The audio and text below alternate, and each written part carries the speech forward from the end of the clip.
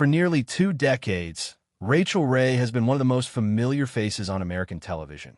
The woman who turned home cooking into something warm, fast, and unintimidating. Millions of viewers grew up watching her chop vegetables at lightning speed, laugh at her own jokes, and promise that dinner could be on the table in 30 minutes flat. But standing just off camera for almost all of that journey has been one man, John Cusimano, her husband, business partner, and by her own account, the single best decision she ever made.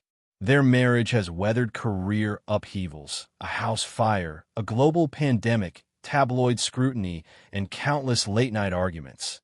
And through it all, both of them have talked about it publicly, in their own words.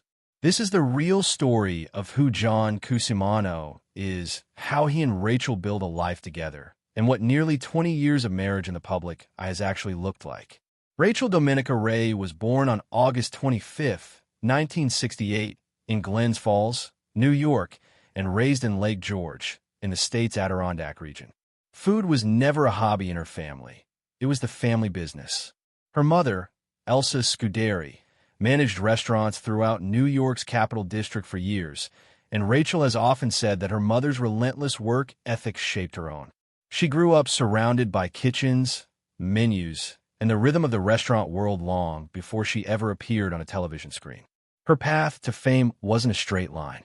She worked ordinary jobs in her teenage years and 20s, tried her hand in New York City, and eventually found her way back upstate, where she took a position managing a restaurant and later worked at a gourmet market. It was there that she began teaching an informal cooking class built around a simple idea: meals that could be made from scratch in about 30 minutes. That concept caught the attention of a local television station, then a publisher, and eventually the Food Network, which signed her in the early 2000s. What followed was a rapid rise. Her early series took her across the country cooking on a modest budget, and it wasn't long before she had multiple shows, several best-selling cookbooks, and a growing media brand built entirely around the idea that cooking didn't have to be complicated or expensive. By the time she launched her own daytime talk show in 2006, Rachael Ray was no longer just a Food Network personality. She was a full-fledged American media figure with a magazine, a pet food line, and a production company eventually bearing her name. Her rise came at a moment when food television itself was changing shape, moving away from the formal, technique-driven instruction of earlier decades and towards something faster, chattier, and more accessible to people who didn't consider themselves cooks at all. Rachael's persona, upbeat, unpretentious, quick with a nickname or a shortcut, became closely associated with that shift for better or worse, and it made her one of the most recognizable people in American food media almost overnight. That kind of rapid visibility rarely comes without pushback, and Rachael's did too. Some professional chefs and food writers criticized her approach as overly simplified or questioned whether her 30-minute framing accounted for prep time realistically. Others in the industry took issue with her media-friendly catchphrases, arguing they reduced cooking to sound bites.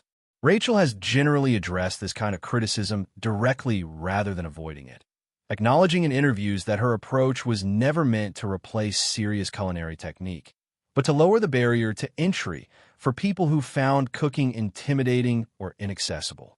Whatever one thinks of the criticism, it's a matter of public record that she weathered it while continuing to expand her media footprint year after year, eventually publishing dozens of cookbooks and building a brand that extended well beyond television. But long before any of that expansion happened, her personal life had already taken a turn that would end up running parallel to her career for the next 2 decades. In 2001, at a party hosted by mutual friends in New York City, Rachael met John Cusimano. Both have told the story of that first encounter many times over the years, usually with a laugh. John has described the room as being full of unusually tall people, joking that the two of them noticed each other simply because they were both looking across a sea of knees. They started talking, and the conversation didn't stop. By the end of the night, according to both of them, they had exchanged numbers and made a habit of talking every single day from that point forward, a habit, they've said, that never really broke. At the time, John was working as an entertainment lawyer in New York City, primarily in the film industry. But law wasn't his first calling. He had been serious enough about music as a teenager to be accepted into the prestigious Berklee College of Music. His parents, wanting a more secure path for him, encouraged him toward law school instead, and he followed that advice. But he never gave up the guitar. Even while practicing law, John kept performing, eventually becoming the frontman and guitarist for a rock band called The Cringe, a role he has held for years alongside his other work. For Rachael, that combination, a trained lawyer who was also a working musician, turned out to be more than just an interesting biography. It became, in her words, one of the most valuable partnerships of her life. She has said publicly more than once that marrying an entertainment lawyer was the smartest business decision she ever made, since his legal background allowed him to help protect her interests as her brand grew larger and more complicated. What's striking about the way both of them describe those early months is how quickly things move from casual conversation to something more serious. Neither has claimed it was love at first sight in some cinematic sense, but both have said the connection was immediate and unusually easy, the kind of rapport that doesn't require much explanation in hindsight.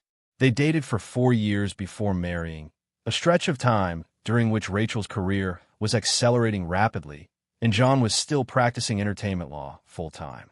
By most accounts, that overlap between his professional world and her rapidly growing one wasn't a coincidence that worked out well after the fact. It was in some ways the foundation the relationship was built on from very early.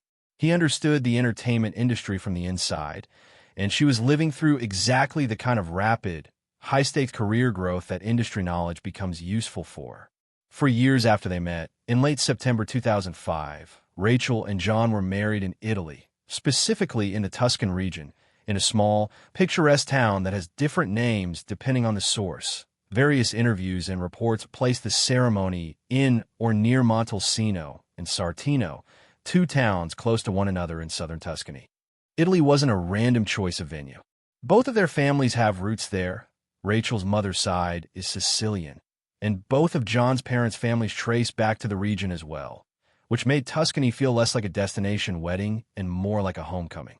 The wedding itself was intimate, attended mostly by close family and friends, and it marked the start of what both of them frequently describe as their favorite place in the world. A decade later, in 2015, they returned to the same part of Tuscany to renew their vows, this time with around 100 guests, including several well-known chefs from Rachael's professional circle, among them Guy Fieri and Burrell. Rachael has said there wasn't a dry eye in the room that day. Their connection to the region only deepened from there. In 2017, they bought land in Tuscany and eventually built a home there, a property she now splits her time between alongside their homes in New York. Rachael has spoken about that purchase in fairly personal terms, explaining in her own magazine that both of their extended families trace their roots back to the region, her mother's side to Sicily, and both of John's parents' families to Tuscany itself, which made the decision to put down roots there feel less like an indulgence and more like closing a loop that had been open for generations.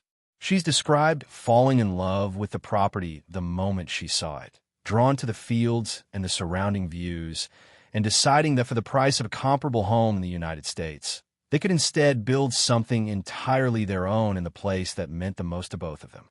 That villa has since become something of a retreat for the couple, a place where John can write and play music away from the demands of Rachael's production schedule, and where Rachael herself has said she feels most at peace.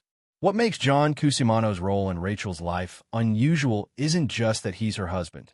It's that he became, over time, deeply embedded in the business side of her career. He has said openly that after meeting Rachael, his legal practice essentially narrowed down to a single client, her.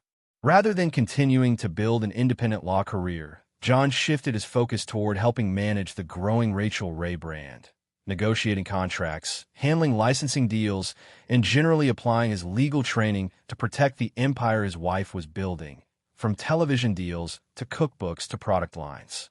At the same time, he never gave up his own creative identity. His band, The Cringe, has continued to perform over the years, and, at home, John has taken on the informal role of the household's cocktail expert, developing drink recipes that have occasionally made appearances on Rachael's own shows. Where Rachael handles the food, John has often handled what goes in the glass next to it, a small but telling detail of how their partnership plays out both professionally and personally.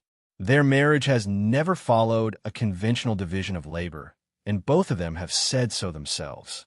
Rather than presenting themselves as a picture-perfect Hollywood couple, Rachael and John have consistently been candid, sometimes strikingly so, about what their relationship actually looks like behind closed doors. It's worth pausing on just how unusual John's career arc actually is. Most spouses of major television personalities remain either fully separate from the business side of their partner's career, or they take on a purely supportive, background role without much formal involvement. John did something different. He effectively folded his entire professional identity into hers, restructuring his legal career around a single client and becoming, in practice, one of the key architects of the business empire that carries her name. That's not a small decision for someone who had spent years building an independent legal career in the entertainment industry. It required a level of trust and confidence in the relationship that goes beyond the usual expectations of marriage. A bet, essentially, that tying his professional future that closely to hers would pay off, both financially and personally. Given that the two have now been together for close to 25 years, with an ever-expanding media business between them, it's a bet that appears to have worked. At the same time, John's identity was never fully absorbed by Rachael's brand. The Cringe has continued performing over the years, giving him a creative outlet that exists entirely outside of his wife's world. His own stage, his own songs, his own audience. That distinction matters, because it means the relationship isn't built on one partner's career eclipsing the other's, but on two people maintaining separate professional identities while still choosing to intertwine significant parts of their working lives. In recent years, largely through Rachael's own podcast, I'll Sleep When I'm Dead, in 2023, Rachael brought her long-running daytime talk show to a close after 17 seasons on the air. It was an emotional ending for a show that had been a fixture of American daytime television for nearly 2 decades, and John had been a recurring presence on it throughout its run, occasionally appearing on camera and frequently supporting the show from behind the scenes. Since then, Rachael has shifted her focus toward her production company, Free Food Studios, and newer, shorter format projects like Meals and Minutes. John has remained closely involved in that next chapter, continuing to work alongside her on the business side of her career while still performing music with the Cringe. Their podcast, launched around this same period, has become one of the more revealing windows into their relationship. Not because it exposes some hidden scandal, but because it shows two people in their 50s talking candidly about what a long marriage actually requires. Patience, independence, humor, and an ability to argue loudly without it meaning the relationship is in trouble. The shift away from daily talk show production also seems to have changed the day-to-day rhythm of their marriage in ways Rachael has spoken about with some relief. 17 seasons of live daytime television is an enormous, relentless commitment, and stepping back from that schedule appears to have given both of them more room to focus on projects that feel more personal. Her production company, her Tuscany-based cooking series, his ongoing music. Rather than slowing down, both have continued working at a fairly demanding pace, just with more flexibility in how that work fits around their marriage than a daily live broadcast ever allowed. It would be inaccurate to pretend that Rachael and John's marriage has existed entirely outside the reach of tabloid speculation. Fame at Rachael's level inevitably invites gossip, and over the years, various tabloid outlets have run stories questioning the strength of their relationship or speculating about tension behind the scenes. Rachael has addressed this kind of coverage directly on her own show in the past, telling her audience that gossip of that kind can genuinely hurt real people, their families, their friends, the people who care about them, and encouraging viewers not to take every headline at face value.